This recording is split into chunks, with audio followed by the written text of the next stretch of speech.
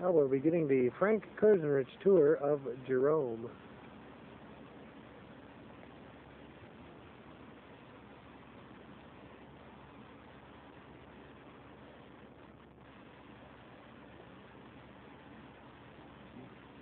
There it is, back there in the hills. We'll be heading up there shortly. Okay, go ahead. Okay, now you're looking over towards Sedona, where all that beautiful blue and red rock are. As you go to your left, you just see more of that rock, and then you get up and you see the San Francisco peaks in the background there. We'll get a bit of you then later from Jerome. I've got a nice zoom on them right now. Oh, they're beautiful.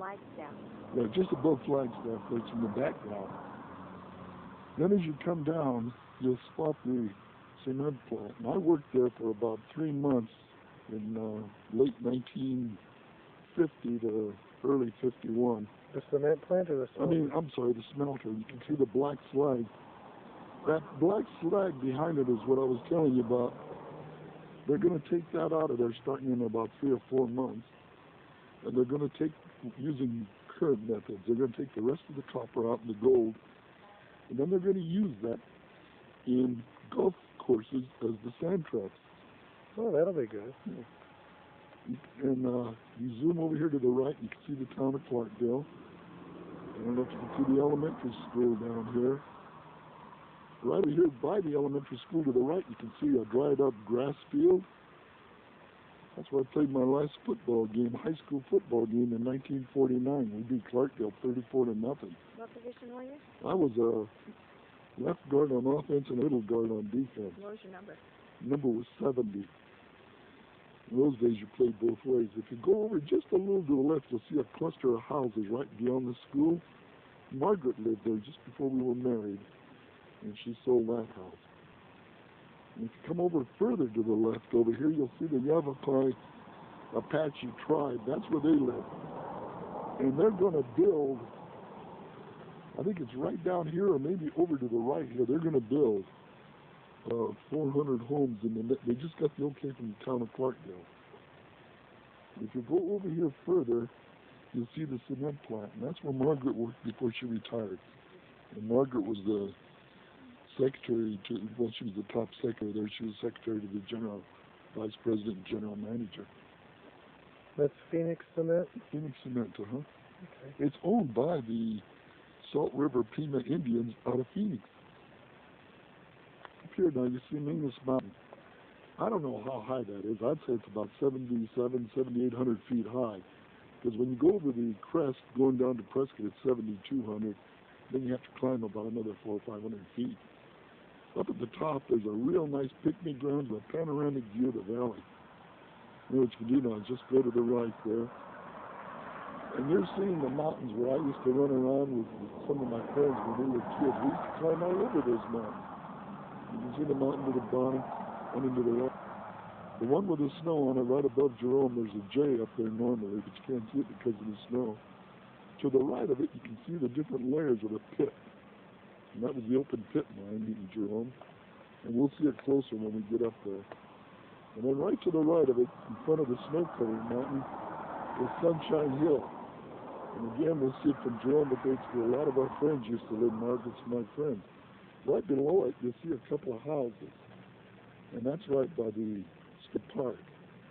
And that was owned by the Little Daisy Mine, owned by the Douglas family, which the town of Douglas was named after. And those houses there were primarily owned, used by the foreman and general managers of the mine. But we'll get a better view of the mine from up there. Okay, go ahead. Start the story again. Okay. Years ago, we used to walk down the hills here from Jerome. We'd walk up and down sometime to Clarkdale. There used to be a little car frame over there. And inside the frame, there was a shaft that went down, I'd say 50 to 100 feet. And I don't know exactly what it was. It might have been 25, but when you're a kid, it seems more. And we used to drop rocks down there. Later on in life, I started thinking, well, gee, maybe that was just a dream. You know, why would there be a shaft right there? And then about 5 years ago, Uncle John told me they were going to fill that up. So it was real. So for years, I was wondering if it was a dream or if it was real. I could, because after a while, it just becomes something so out of the way and unusual. Mm-hmm. But Uncle John said they were going to fill it up, and I think they have filled it up since. Did you ever find out what it was? Never did. I think it was an exploratory. Hmm. We used to have places up there. Let's see if we can find one of the old. What's that? I have no idea. Looks like a car. No. There's a tarpaulin down there, a blue. Somebody lives there. I wonder. There's a blue tarp down there. Looks like a car too. In front of this door, I think. Where? Right in front of a big black car. Right here. This building here. This whole area right in here now. It used to be called the Gulch. And we kind of, even the Mexican kids on the other side of town, we all kind of snubbed our noses at the people that lived in the Gulch. There was a family that lived here, the Ray family. We used to call them the Farmer Ray family. First Mormons we ever knew of, and we used to call them morons. You know, there's a road from here. This is the Gulch Road right ahead of us. There used to be a grocery store right there where that is, that building.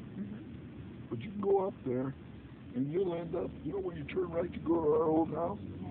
That's what I'll show you later where it comes out up there.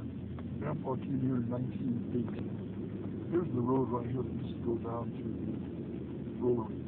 Joe, are you videotaping it all? Yep. Okay, straight ahead of us. Can you get the school building up there? The elementary school? The brown one? Right up there, the red one. Yeah, I got it.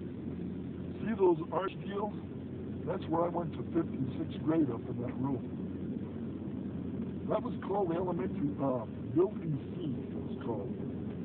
You went to 1st, 2nd, 3rd grade up on the elementary school by the hospital. You went here 4th, 5th, and 6th. Then you went over to the high school building for junior high and high school.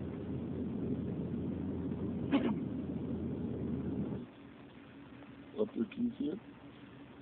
Yeah. And then to the right was a shop, and then upstairs was the home ec and the cafeteria. The cafeteria is where the lights are. That was 4th, 5th, and 6th grade? No. Oh. It's over another building. Oh, okay. But this was all the shop, home ec, cafeteria, and the bus is there. Okay. This is over here to the left. This used to be the gymnasium. And it had one of the best basketball floors in the state of Arizona. They built it in the mid-30s, because I can remember we used to be over here, and they would use tar on the roof, and we would cut tar off of the workers' wood, and we'd chew it, because they said it was good for your teeth and your gums. But we played basketball here. The locker room were downstairs there. Upstairs was the music room and classrooms. Then out here we played our intramural sports. Football was played up on the ballparks uptown. We'd go up there. And then right over here is the high school. In here was the auditorium, just inside this door here, with your classrooms over there. The building right there, the white building, that's the old Douglas family home. It's now a state park. The Douglas family is one I told you about. They owned this little Daisy mine. They owned a lot of the land in Jerome, too. And I'll tell you, my dad, in fact, he rented the lot where our house was built for $3 a quarter, $1 a month. And we had a 99-year lease on it. And it's now the state park, as I said. Over to the left was the hotel where they had the miners stay, the signal miners that worked in the mine area. Now that shell's been that way ever since I can remember, so that, I would say probably about the early, somewhere between 1931 and 1935 is when it started stripping that. Down below is the mine, and that was we called it the Little Daisy Mine. And that closed in, I'd say, about 1937, 1938, or 39, right around in there sometime. I don't know what this big hole in the ground is. It used to be there. What years did your dad work in mine? My dad worked in the mines. It's over the other side of the hill, the big mine owned by Phelps Dodge. He worked there from 1918 to 1953. And, as you can see, in fact, you can go a little bit to the left up here. Up here to the left, you can see where there was a lot of droppings there from the pit over there. And I remember all that, and a lot of that was dropped. We're going to be right up on that in a few minutes when we go uptown. So, Okay. that's where I went to the 4th grade. And my teacher's husband, well, she was single, and she married a guy just before he went in the service. And she left us out, well, I'd say about January of, or February of 1942, right after World War II broke out. If you go to the room way up on the far right corner where the arch is, that was my 5th and 6th grade classes. Okay, go down to the left, you go, there's Mexican town there, but we'll see that a better little view later. Coming down to the Powder Box Church. You see it there? Mm-hmm. That was made out of dynamite boxes, empty dynamite boxes. And all of us kids thought that the father, who was a guy by the name of Gonzalez, we thought he was crazy. You know, in those days, carrying those boxes over there. His son was a great concert pianist, in fact, played in Carnegie Hall. And we referred to him as Felix the Cat. And we'll get a better view from over there later on. As you go uptown, you'll see the back of the Hotel Jerome. You got it there? And then right above it was our library. In fact, that was the first hospital in Jerome, if I remember right. Then you come over to the left here, and that's the elementary school. And above the elementary school is the high school. And then you'll see various parts of town here where we live.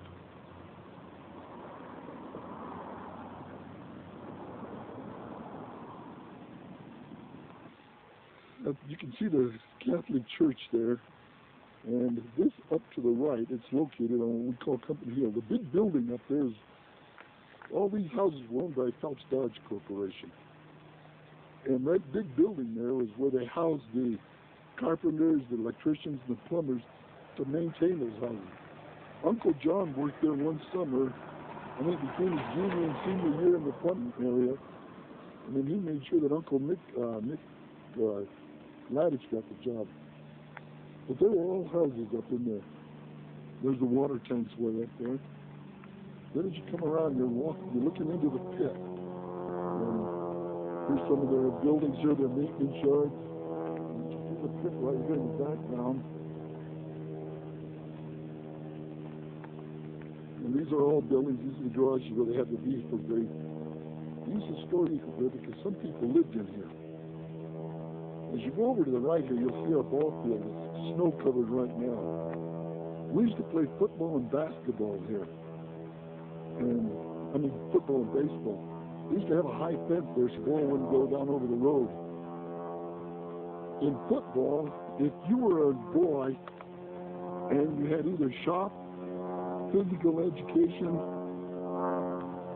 or study hall, they brought you up here.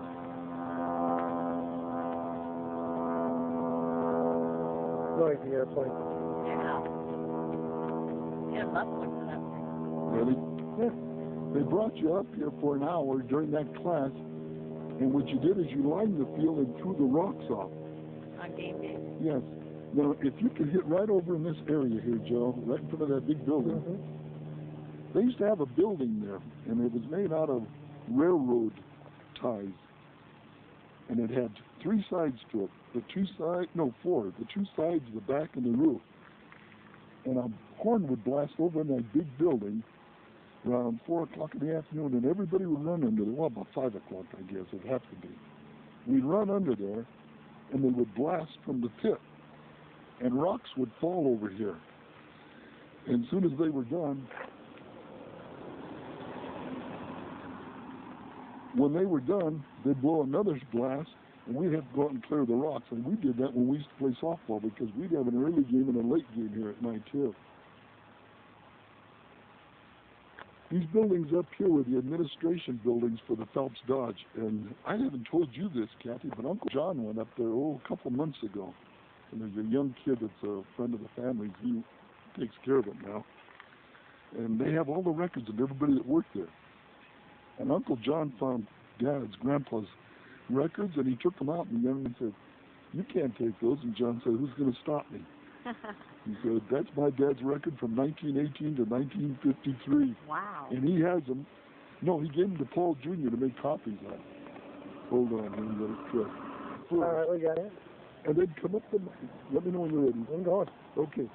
That used to be a cleaner's, and the cleaning place was in town, but they wouldn't let him handle the fluids and stuff that we needed, so he used to come down here and do the cleaning of clothes.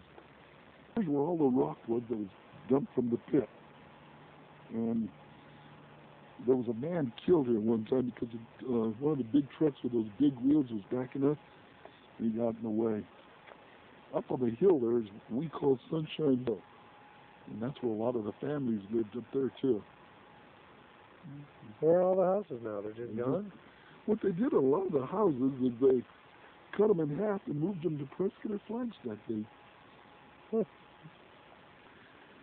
Oh, down here's Mexican Town. You can see Mexican Town. You can see the roads down here. There's one down below. There's several roads down there, and we call this Mexican Town.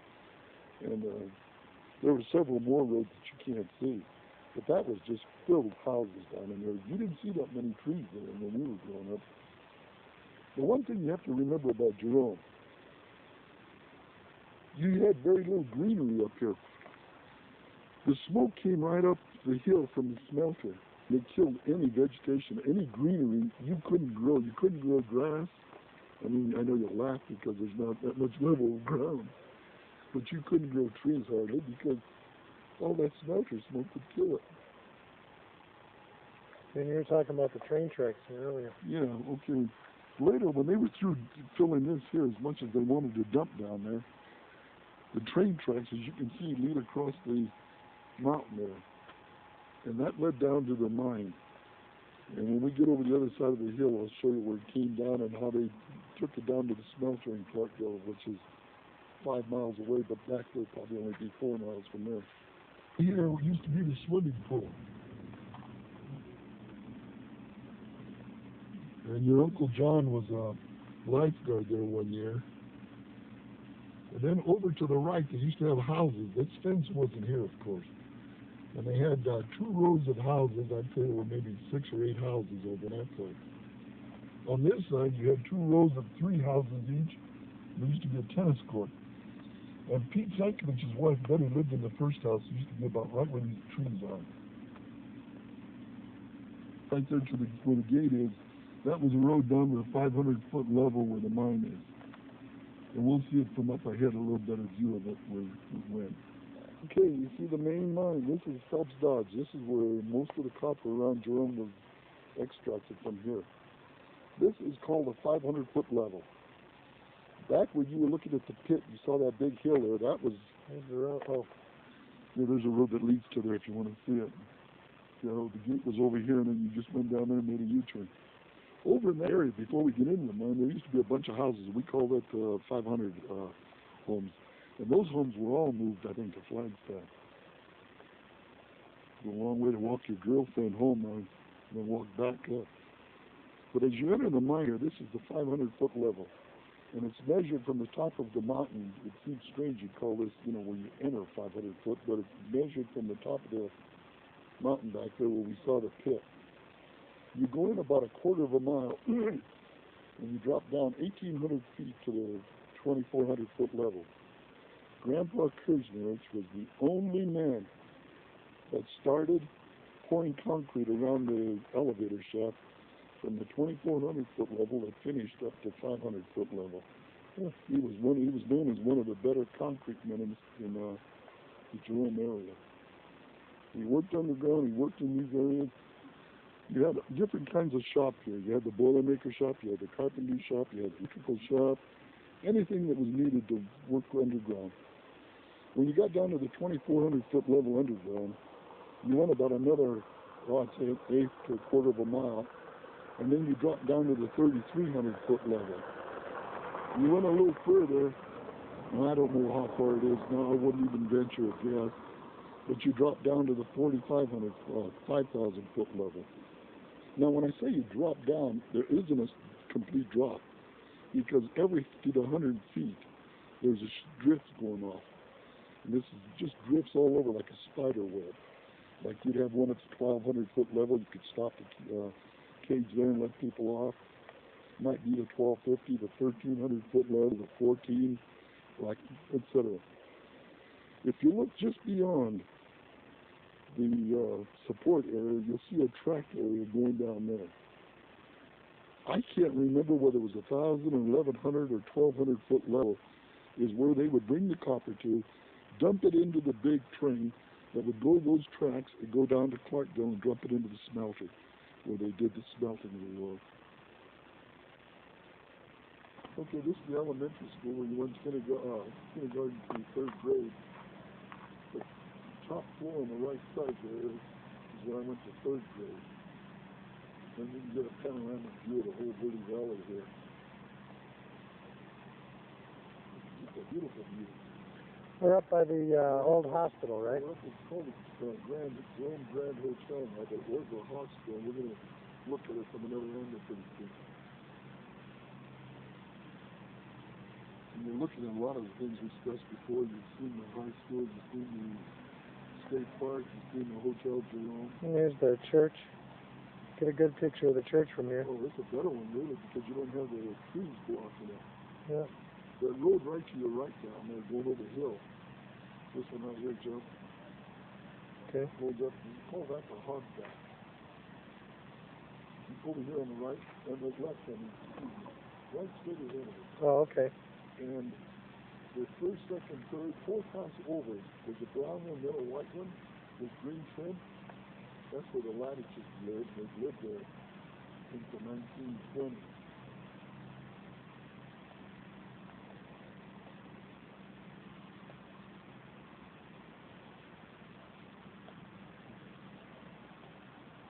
You have the San Francisco peaks in the distance. If you drop right below the peaks, you can see another view of the cement plant where Margaret worked. And then if you go to the right, about the same level, you see the smelter down there with a black flag in the back. Yeah. And you might want to pan further to the right, and you see a real sort of an orange-colored ground over there. And that's very controversial right now. That's where the tailings was from the mine. That's the stuff that was toxic, etc. And what they're planning on doing now, that's going to build some houses down there. You can see water down there. That's Pexway. And what they're going to do is cover that tailings in that area with plastic and then put about 6 to 12 inches of dirt and build a golf course down there. So what you're looking at now is the Jerome Grand Hotel, which was originally the hospital here in Jerome. You can see the operating room way up on the right, top there. I was operated on for my tonsils in there. That was owned by the Phelps Dodges. You were treated, I think it cost my dad $1.50 a month. And you'd go in there, you could go in there for anything, for cuts, bruises, and colds, etc. How old were you when you had to talk to that? 7 years old. You weren't born in that hospital? No, I was born at home, and then I was brought up to the hospital. When I had my tonsils out, one floor below the operating room, you can see a window over to the left with a white frame on it.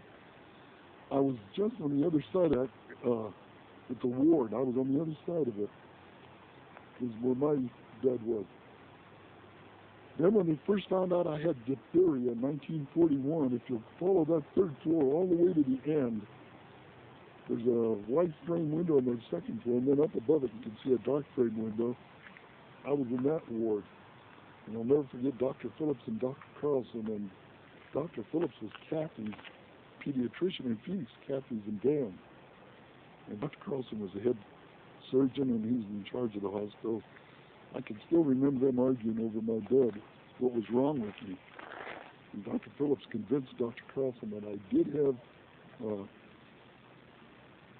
diphtheria, and that they better get me out of there because otherwise it was very contagious. What are we doing? Can you go ahead and start talking about at the hospital there now? Just pan over to your left. You see the highway coming in from Prescott or going to Prescott. And the elementary school, which we saw from up at the Grand Hotel. Looking down, you're seeing the houses down in here. Probably see the school down in the background down there. Coming around looking at the Hotel Jerome, the smelter thing.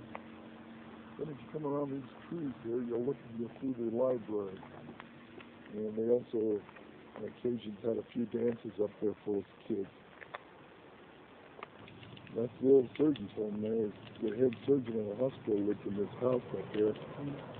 I don't know how true it is, but the rumor was in about 1939, 1940, he was rated the 8th top surgeon, all-around surgeon in the United States. And I'm talking about surgery for everything, not just a specialty item.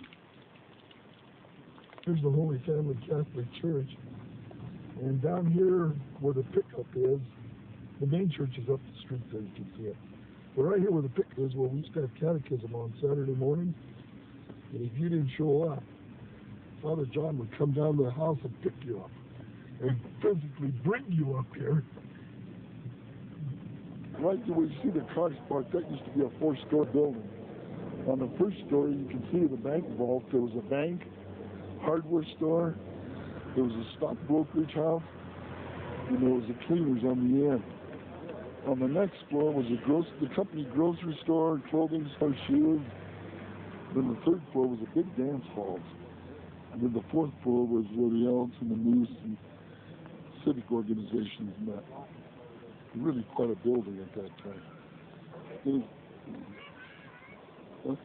Bank vault. Yeah, you can see the bank vault right there. And then over to the left, when we were young, we used to come up here after dinner. We'd eat our dinner real fast, and we'd eat everything on our plate. We'd sit up on the stairs because in the late 30s, when they recruited guys to the mine from Calumet, Michigan, they'd drink in the bar across the street, and they didn't get along with the Mexicans, so they'd come out fighting in the street. If we were standing down on the street, we couldn't see over the adults. But by being up there, we could look down over the adults and see the fights.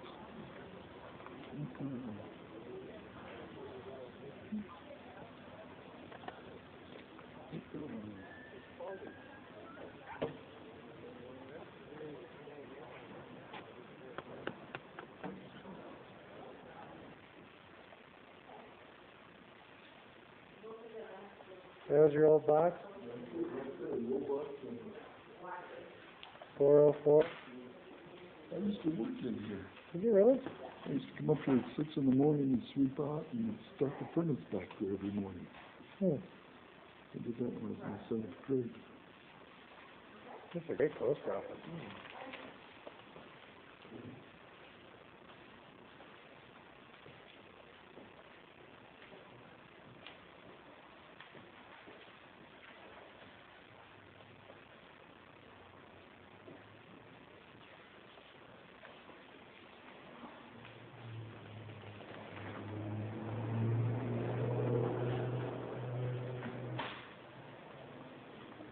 Let's start again. Yeah, you had a wooden ramp that went from right in here down to that open door. That's what they did auto repair down in there. What's women there?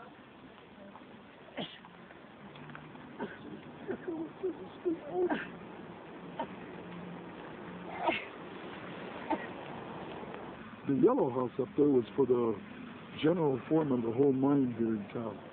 And it was provided to him free. That house is a beautiful house. The blue one up there has been built since I left here. What's the big brick building? That's the one I told you about earlier. We took from the 300-foot level where Uncle John worked. That's where they had the places. We had the carpenters, the plumbers, the electricians, the main thing.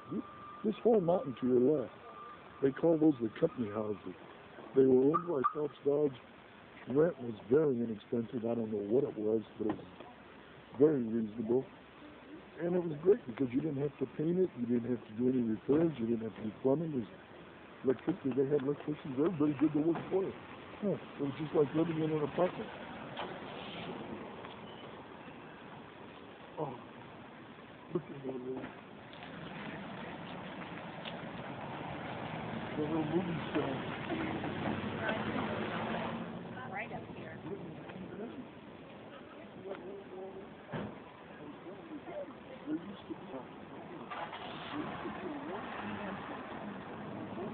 Up there, that used to be total buildings. I mean, just completely all the way solid from top, from one end to the other.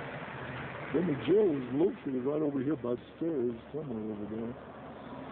And if you look now, it's come all the way, slid all the way over. So it's working, you're going to have to bend down here. That's the old jail. And what caused that was the underground digging and blasting and everything, and the mines collapsing, the shafts, the drifts collapsing. And that's why all these buildings, they started sinking, and so they tore them down because they were becoming a public hazard. But look how far that went. I mean, that is a distance.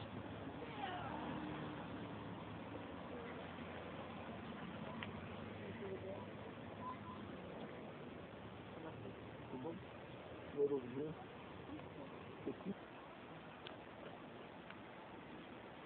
Talk about the hospital again. What were you saying? It was built in either 1923 or 27 it was open. It's poured concrete, 1 foot thick. That was there long before I was born.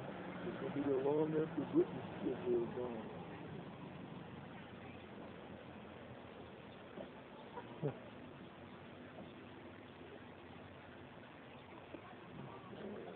Brings back a lot of memories. Oh, geez, you think of all the Especially your people. life. Oh, no. The house right here on the left is where the Kambrusis live. And Mrs. Kambrusi just sold that house about 3-4 months ago. She moved to Clarkdale. The house on the right here, that's the Krznarich house, the green one. Where you were born. I was born in that, right there where that second group of windows were.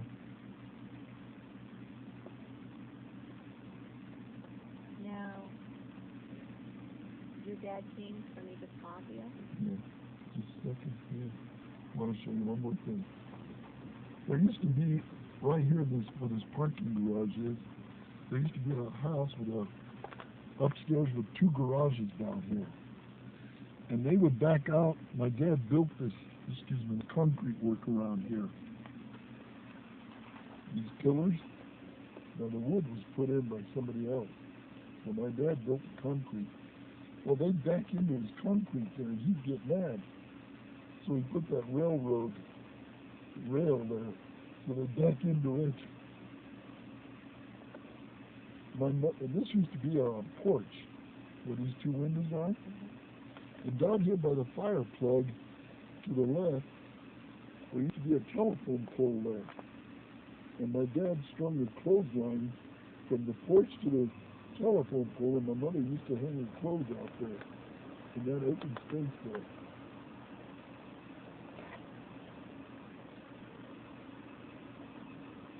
Right where that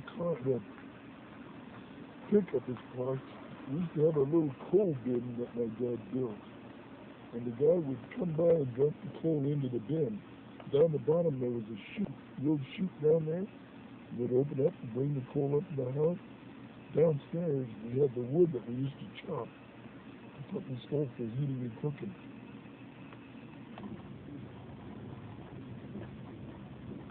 This was where a good friend of mine, Pete Barrich, lived in this house right here. Kathy, do you remember me telling you years ago about my dad only spanking me 3 times, and one of them when I was hanging around a rock wall? Yeah. When we come back, we'll video it. I'll show it to you. Okay. I thought my dad was no saying down there was.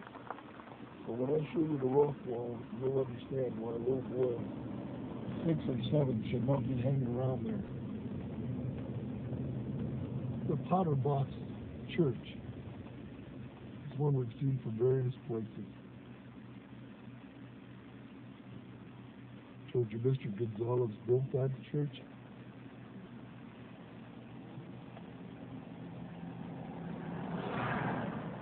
He took a lot of ridicule. People thought he was, like I said earlier, people thought he was crazy. But it's sure a nice little place he's got there now.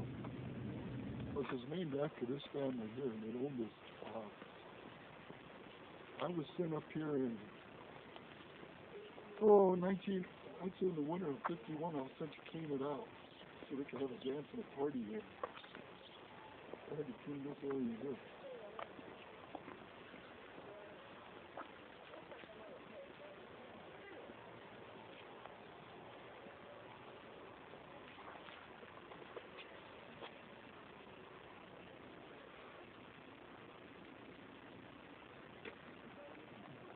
the hill here and watch miners come up.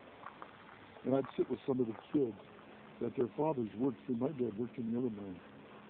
So the kids that their dads worked here, we'd wait for their dads to come up from down below. But this was really the little smaller of the two mines. As you can see over here, you can see all the roads crisscrossing. We call it Mexican town. And of course, they didn't have all those trees in those days because, like I said earlier, the smelter smoke, that was full of hell in there.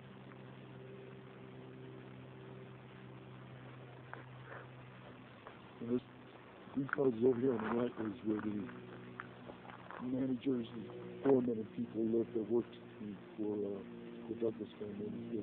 We called it the Little Daisy Mine. Now, when I worked for Newmont Exploration, you got come over here. I worked in that building right there. I worked in that building there.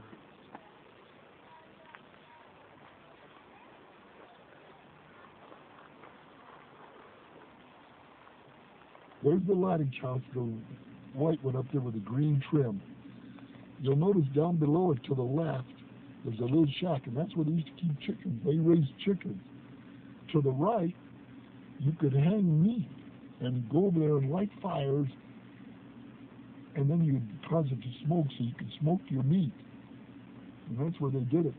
You notice there's an upstairs, a downstairs, and then you can barely see there's a floor underneath. And I'll tell you, somewhere in that house is one hell of a lot of money. Cash. Do you know anybody else on this street? Well, the one next to him was owned by the Petrich family. Remember the guy To the right? To the right. Remember the guy who honked the horn out down in Clarkdale when he came from the post office?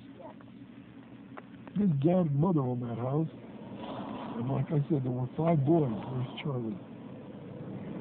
There were 5 boys in that family. The dad owned a bar up there, and the uncle owned the movie theater. Over here where this new house is, there used to be an old house. And you've heard me talk about Rico? That was where my best friend lived in that house. And in between that house there's another one. You can see some trees and a green tree there. That's a new house. But before that was an old house owned by an old widow. Her name was Mrs. Metzger. And that's where I saw my first kerosene lamp. She had no electricity. And I thought that was the most amazing thing. I loved it.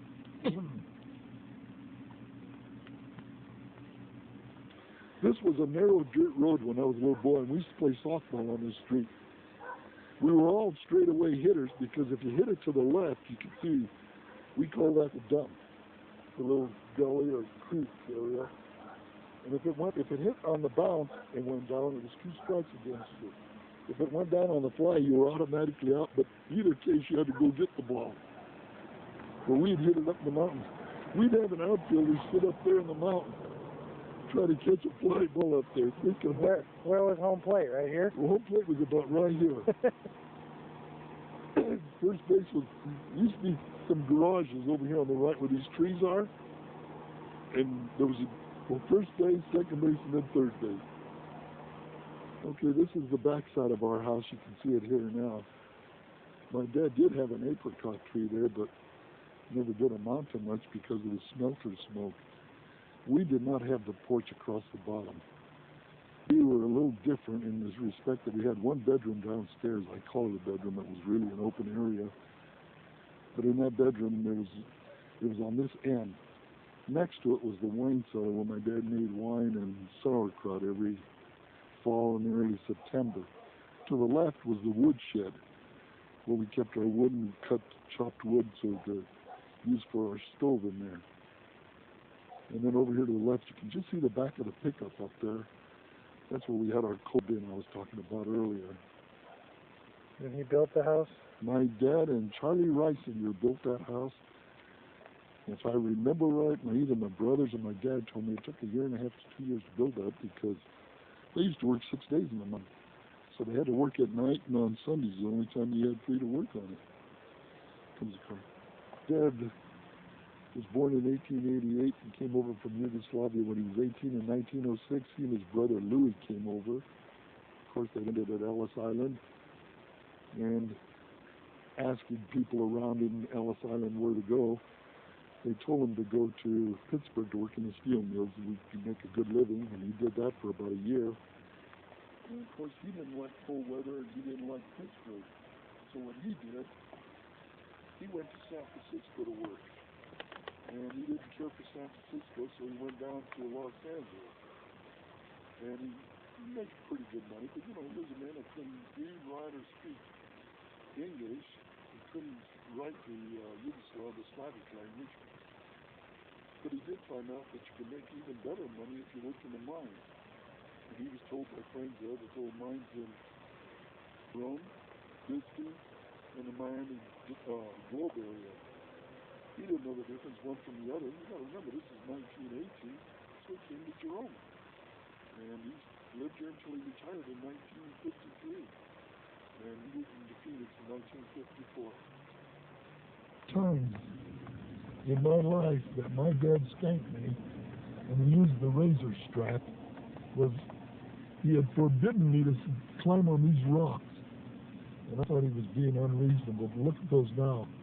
And imagine a 5 or 6 year, 7-year-old boy. You fall there and you're dead. He was right.